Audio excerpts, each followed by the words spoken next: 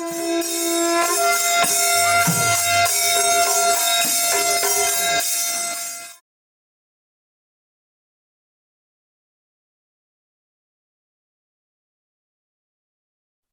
malam chahi kya subira? 82. 82. 82 yahi yamdri na. Ha. हाँ Yamdri ye ba. जानबली Yamdri ye ba. जानबल जानदर खाने Yamdri. Ozam malam si na gi kitang ani kara sol le hai ado ai kanna ai na ngangjab tare mayam waro bi ya de tabi ri ba yin bi ri ba paina. Ozam malam si kadai de hobi re no. अरे होजा नंदपुर दगी नहीं Nandapur de ni so kya lakke. अखोई जगह लाई जे सोन PP दे 50 da. Adung mangda akoi gi Gita Mandir gi daliramba Bishnupur gi Karam Ibung Hol khangbi hobra Kampur da gojawo ba ngay माने असम के मी अम बखन दे आंगांग ओरी लागतला ए Assam no थादो मम तम जाबा ए असम के मी अम बखन दे ओ असिगने चाउजी असिगने kaino amal leramne ba akoi gi Karam Dr. Karam Ibung Hol laidana Kampur College da gojawo ba agi magi nupina wahangbam ningol Saraswati na yamna maming leramba ma hojiki ojasu oja Saraswati do akoi ga di yam lu ting je leigidre mana lari amuk khak irami asam da mai lari sida asam da mitei na khunda ba sigi maram da yam phajana yawi adai da mai lari sida ojigi kathia toli haibra moina ibida di ti imane ado pawdana toli haiba toli kathia toli sida 1948 ta maming di yumnak ti palamdre mangi haibamga ramani haibamga matai manau ले magi masanupa matamdu chahi mari khak suriba manglem haibamga laki hai आई नहीं मदद adugi manglem duro अदुगी Manglem जुनी अदु रमनी नते रमनी से अखोई से पुरक पनी अब मंगी आई दो रमनी से की मवान है mangi si ramani gi nupa natro निपान है moi ji kadai de haura ino ba मंगी से मणिपुर की नहीं manipur kra wai no khangbi dra खंगे फी लोन बोला खन ado oinam di wera ओइनाम नते ओइनाम अखोई नहीं ओजिकी रमनी दुसु अब ओइनाम नते ओइनाम भी आई नहीं आई की पार्टी मम्मी रोटन सिंह को रोटन सिंह ने आई अखोई को पुरक चिका Lakhan roton sing di nandapur dai ne ba Nandpur की लाइन इमा का rotten ado hujiki manipur dai phi yon ba lakhi hari do लागते रहे होजी मा शीघ्र बा कहीं siga macha masul le hudra खरे मतम कुई रहे o कहीं ई पाप प्रेम खंग रहे रमनी आज भी शीघ्र koyo jab manglem di kari thab na hawo de kari thabak su bi re आई वो आई हन ना और इन्हें कहीं तो सुबह आई खरी खरे नहीं आई मोटर गाड़ी शेमन में gari sema mechanic oram me mechanic और swai de sumlan natraga atai lam अत बग गुवाहाटी द टेस्टपुर द o अदुगे की आई टॉक्टो है आई 65 ती लुहोंगी में 65 ta 65 ती लुहोंगो मतंग द जादरे आई थबक सुबह थादरे है बकाना ना तो कोई ईमान से ईपान तो थादरे आई जुम दे लबे कहीं बस सुगे सुसु तो जुम दुम लयो layu थादरे ado law sing di असिगे लौसिंग लेके आद होजा दे नंदपुर दे ले nandapur da lay ba huji pau mangdri na हां huji pau law sing do dum lay ri bra ba दुम ले o adudi swai da khunda pa ho du da jangol ko law ni law gi di khudong sa ba lay gi dra ba असिगे मिसी ओ जामनो ओकलम दे बा हम मिसी जामना खोई पामजे दे मिसी के सिगे हाउगी खुन्नुमै तौरदना बा मोजे जहा तहा तौ या खरो अद होजि सिगे थाना लाया बा थाना लाकपदे गया बा मिसी हन गरे बा thana si chahi kyam sure lak ba आई बो nate thana lai se थाना लाई से जो जनता पार्टी ले में बा असम दा अद pere bo wari ni ne da AGP gi mamang we ni mamang da ni AGP mamang e di yam koi re ba ei ku Janata party ले phare ni adu ni da adu hojik sidai da mitai kathia to li si da mamang ai dai hauna le aba yum ka le ge mitai gi होजि जुम से समना बे जुम आई के थारगा ना जुम अनि मुझे 하나가 하늘 루시 그러잖아. 거기 마사 마수 우주 아다 좀 놀래요 좀 래. 아더니 좀디 동안 때봐. 이 인고나마다 좀 가르가 좀 미슈 두ям줄 레이테다. 레이트레. 레이테. 이사기 인곤이고 아이디 빠따 레이리바 인곤. 빠따 레이리바 인곤. 와나 빠따 방그라보네. lâu sinh đi cái năm lấy nó lấy tiền 아코이 그줄 레이테. 아시간 lâu 아코주 라이브 마산이나 코주 아두기 시엔도 레이람다고 홍은 멤버람. 아주 lâu 좀 감다. 코 바버지 chắc 아들 인디라 간디기 마땅도.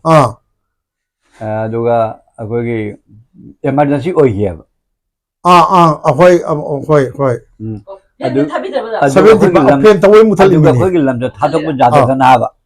아데기 람도. 더 바버서 거기 저기 chắc 이마가. 아들 람도 낙 보여. 아들 아코지 안강만 지가 탐함매. 아코지 저체나 하이버지 아코 잡려나 하이가. 어떻게 냐 걔는 보는 거예요. 이be 뭐 산토이 이be 뭐라 맞아. cái 호자이 닝골로 cái 호자이 cái kun kia Nandapur kia cái yum ningwa Tangabam ado chidagi yum hongnagi badi yawbro kathia tolidagi maitai yum atai da hongi badi yawna grabro yawde ba hana le podo dum lei ne सरकार की थबक इंखांग तो यावना रबो 아시가 아마 그자we CRP दा ओ इंगोन की पता की दी बेरा जगरी लेते ने लोइन पाइना येबा अदो हौजिती करी इचा नुपी सकुंतला से शांतगी मचे सा शांतगी मचे औ मा न ओजा ओइस न करी 망 어자 오시디 거기 어자세 दिल्ली पब्लिक स्कूल की रो ओ अदु फाइना तना इते मिरो करिनो उजि गांगिसा साबोगी मतन पे ओ छगुद फमुने सैसा अखरे ए ताग तौगे नति रे वारी हाना सागी फेन थाबेने नति फेन थारदी कनो लोबो यारो द आइना छुमाइना खुंद चपसे आई 2024 दगी मणिपुर की मपान द लेबो मैतै खुंजिंग से चलगा ट्राई द सुमाइ ले एदना आई चले खुन चौम लोम चले हुजी फाउदा अद खंग चनब अमदे रेफरेंस लौद्रगदी चटप नुंगाइतेबा अद रेंजर बिनोद ना इबे मसकुंदलागा इबे मोहि पाबु ओजा मंगलेंगो की मिंग हाइबा मान नंबर पिरक नब मयाम अम हंगेबा अद फंगब ngमद्रेबा अम पिरे नंबर दु हेन पिरे अद खंगद्रे अद ए हंगगा अमो वारी अदुम सानहालो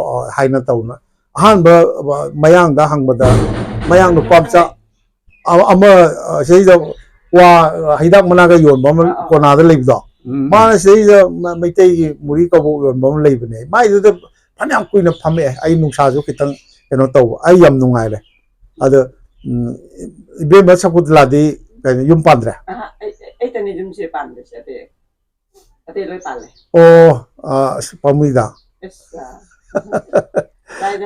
अदो नते कनो तो ब्रो ओजा सरस्वती होय समनरम खंगना हो ब्रो खंगिदा अखोय द राम नुसिना लेरमेबा अखोय सिगासुने मंगानि दमाय लेरमेबा अदो स्वाइदल लेरिबो मैतै खरसि दि मैतै लोंदी सिद्रिबो नत्रो फजना हायेबा अदो मैतै की हराव को मैदि तौद्रे अतिगा मिदे जुमना तो लिखपनिना लिखपनो जुमना को कया लेगे हुजी अखोय जुमना लेसे मोसंदा अम्मा अन्नी अहुम मरी मंगा तरु तरे जुमना तरे ले नोय की थारगा निपा अखोय थार नोय थारगा तरिया मजे हानगी रमनी हेबा निपा नुपीदो मदुगी संदोखि मम्मी मतनिया ओ मोयगी नेबा मोयसे कयुमनो मोजे सेरामनी सेराम नेबा सेराम दे संदोपन तनी अमना सिगा मोय अदम पाटम लेरी अखोय सिगा अदम मोय कनसे उपाधि से कनम हायबनी आकि तमति कमला के सागे जो करिया जेंगोम अमा ले सेराम अमा ले सेराम के निंगोन हिजे मामा हाजा गयाबा अदो सेराम जीरो मणिपुर दे लाखि हाइजा Nate. Nate. Mangi ayo. Mangi ki yumnak sina karino. Mangi jumnak ti kari jumnak mo mangi. Mangi giri khangde. Khangde ko. O mai di dhara sandogomdre. Mangi se mase phila loma la siga ko hanubi ma le me ba. Duga di mo na ha ore mi. Hana de dum matara dum se ba hanubi ne kaino na hana kaino bhaben ta de ba. Mo di ade phila lom la aga hoji ki hanubi se mang la ro me ba kani. Acha acha oh. La ro maga magi do mata pu ja ba matam na de ba. Hano ya ba. Ade matan pa lak na lam hang de pu ja khare ba. O amo hana. Amo hana pu ja khare. Mo phana ko jadi le mi ko siga. Khangna sana na. Oh. Mangi ko wi. Oh.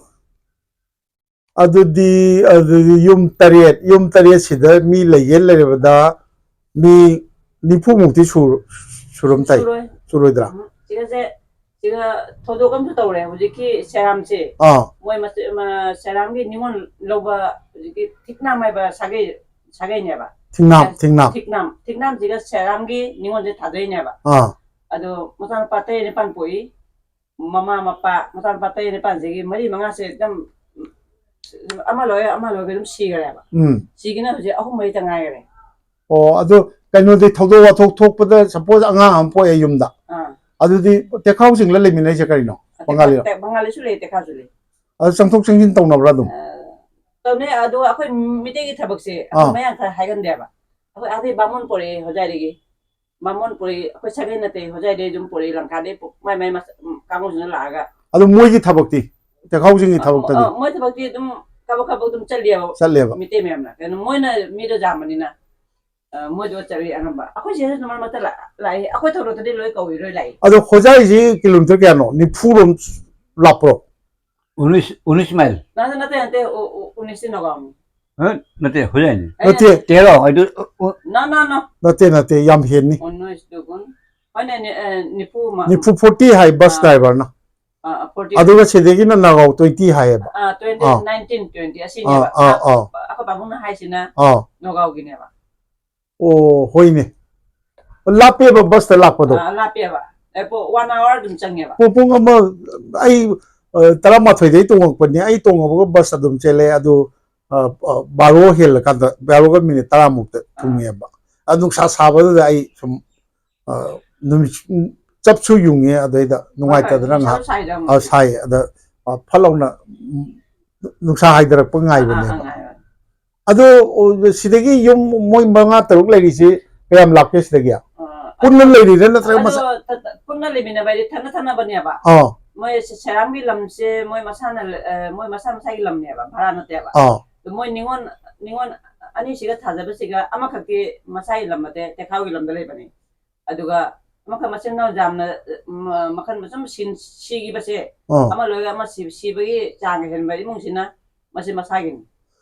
Adagi kaino se suppose asi na thwe pare luhong ma su yara je hojai de ila ni ka dor ni asi na tho su dum hojai de mi kawi ba kawi mai ba kawi adagi mo chonge sagai na te ga mu kau na ko siga le ba mete ngai dori lakti ba wa poloi ba du di ngai ta bra ba du poloi ba se ako mete poloi ba se maya na khai bo ma jawbi ba help tor ba ko no sinara poni oh akhoi mitei thaba kun matal loina jawi moina adwa jamna leidana mona su mitei mem chawna su jam pano tamni na moi jele mitei mem se do moi do jum la ye ba isai moi jamna nusi chana na le ba mem do la ye ba mona matam ma pan oh adu akhoi ya se na gi thoina kano tau de ba kano budi hojik matam do budi lambi su phare agi mobile hai ba su le ramni na Zuko din nungai raman. Sola sune.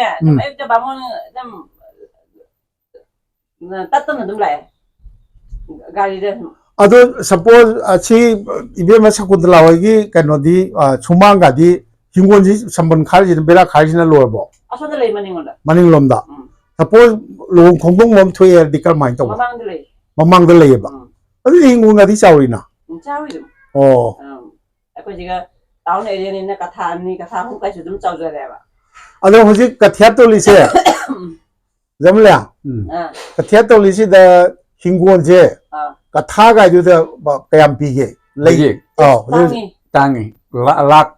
ลักหุมู นั่นแต่ลาคุมุนั่นแต่สุลาคุนนี่ลาคุน กระทาดะ กระทาดะ กระทาชายกระทาแกอันบิกาโอเดนอก ระทามารีนั่นตรอก ระทามารีระกายนอ เอกบิกา มารีระกันนู้นเบงโกลก็กันนู้นมันนั่นแต่บุระกันนู้นตัวอินโนกระทาสิ ข้างเดียว กันนู้นตัวบุตรบิกาบุตร12,000 kaya no 14,000 kaya no บิกาจะกระทานั่นตัวนะ nate โอ้โหข้างเดียว กระทาเนี่ยกระทาคือแบบลูไซมาอันนั้นตัวปตาเลยนะ aduni ado phare ising machine thaga nasai gi yum lei adu khara chamin ho ya bro เขาแบบว่าปูกีประจันอันนั้น kai ngam bi bana ไอ้จัดประจัน oh so adu best phare adu khara chamin no se phare ai waja manglem unaja ba ibe masakuntala unaja ba จำนวน ado ahan ba yum ni natre waja manglem hogi sina sida katel to li sida ฮะ อาหารมันอยู่นี่อ่ะ ahan bara sina อาหารมัน ahan bana อาหารมันนี่มันจะมันนุ่งกระเจริญอ่ะก็จะนั่นพวกอาร์บันเอเรียตาเลยครับ kanodi assembly kanodi kari chingi sida กันนี่ assembly kendra se constituency je บอลพูดสมัติaku assembly di assembly election to do kendra se constituency je kari kauge boko jai ra unogau kari ra adu ni Berhampur aise Berhampur kauge ba Berhampur homosti Berhampur magi number le ya adu ande kana kai anak jitu gusami na BJP kai ba mag lepi le mas mai paki ba ahan bakari ra nate Ana dagi. Ani sunam ma. Ani reksu ka. Mantri hoide oi bro. Oidri MLA ni. Oh. Phare ne adu di ojanga chachi ko. Jan. Oh phare nungai je. Nakana Ai khongao jam set che. Khongao sepiro. Katya toli gi mete gi yum jing se oja manglem na ma ga chase ya. Yam na ai yam nungai je bai wani. Ada ibe ma Sakuntala na moi gi hingon si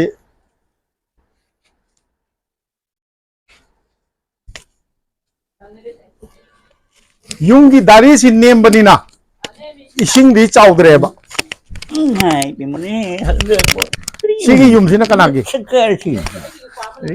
sida adu sida yum ani ni na du da Sekar si. isawi na du da adu ni. sidi ising ma singa de dum sarkar gi water supply ye dum Apa isai ising ni pun apa motor tu logan ni. lenung de singi ro Lain ni sing ni. oh ke siling manam nam de Namde. oh Iron ni kale. iron khale ba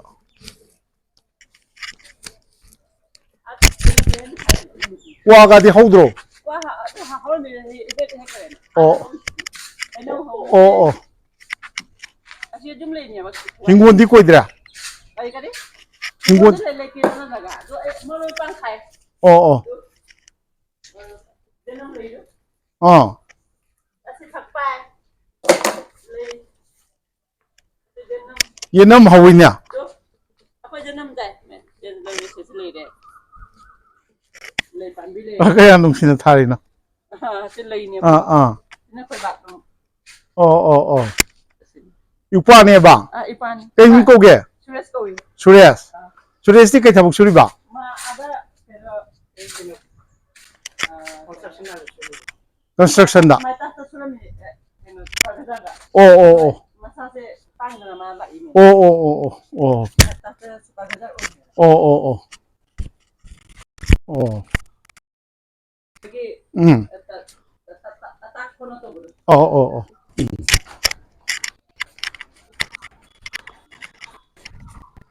Nung si Chuba dai. 우드시 아니다 저렇게로 오잠망렘기 이때 임베마시 그냥 뿌리를 내기다 봐 Sei ama makharam phara. 에이 가요 아주 핵 그는 떠오르가 거기네 수마인 떠오이네 누피 강대 누파 강대 핵 오늘 레미나나 뭐가 아마 가이나기보다 Lore 아한 오신바디 핵다 ei 오실래 lore. 아도 아코이 그텔 떠리기 마이테 용 khara leiribasi 오자 먹는 오자 아좀 잡히요 나 마가 잡민나세나 사틴남 pu라가 아사미스 감사 마 야라가 아도 저 톡보다 가나나 좀 밑에 니디 강고이네 아코 이만 만나버니나 아도 카티아톨리 하이버시 까리바 오잠라 lâu 까리 lâu lỗ hôn lâu hôn hùm hầm nè cái đâu ra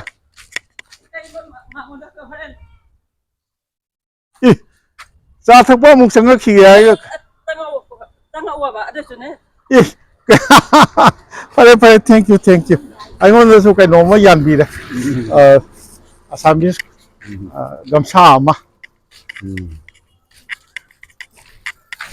소록 lâm dâu rồi dạ tránh điểm xong đấy lâm dâu dùng rồi bà ha lâm dâu thua rồi bà thúc tôi mình gần chill hình 이제 막 사군들라나 앵원들수 사미스 감사마 얀비래 아드나 오다 말렘가 이가 감사마 얀나래 호지